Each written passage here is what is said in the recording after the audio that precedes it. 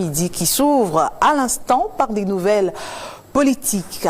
À la veille de la présidentielle 2025, le Front camerounais appelle les gouvernants à reconsidérer la place des femmes et des jeunes dans l'action publique.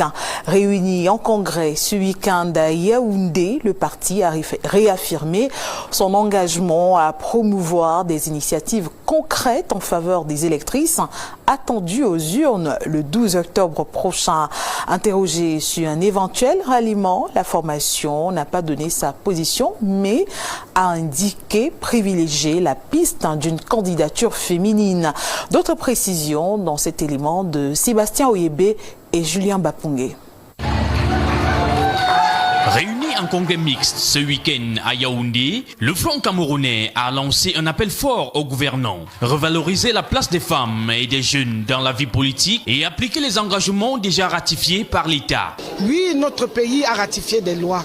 Oui, notre pays est un arbre de lois, de ratifications, mais la mise en œuvre n'est pas effective. C'est pour ça qu'ici et maintenant, nous envoyons un message fort à nos autorités, à nos compatriotes, aux femmes de s'unir. À quelques semaines du scrutin du 12 octobre, le parti privilégie la piste féminine pour un éventuel ralliement. Cette fois-ci, nous avons une candidate femme qui peut porter ces aspirations-là. Nous restons toujours ouverts, mais jusqu'à présent, lorsque nous allons rentrer dans le congrès extraordinaire, vous allez en savoir plus. Nous sommes des femmes, nous avons des points qui enferment le bien-être des populations. Pourquoi pas ne pas aller 65 ans d'hégémonie homme, ça suffit.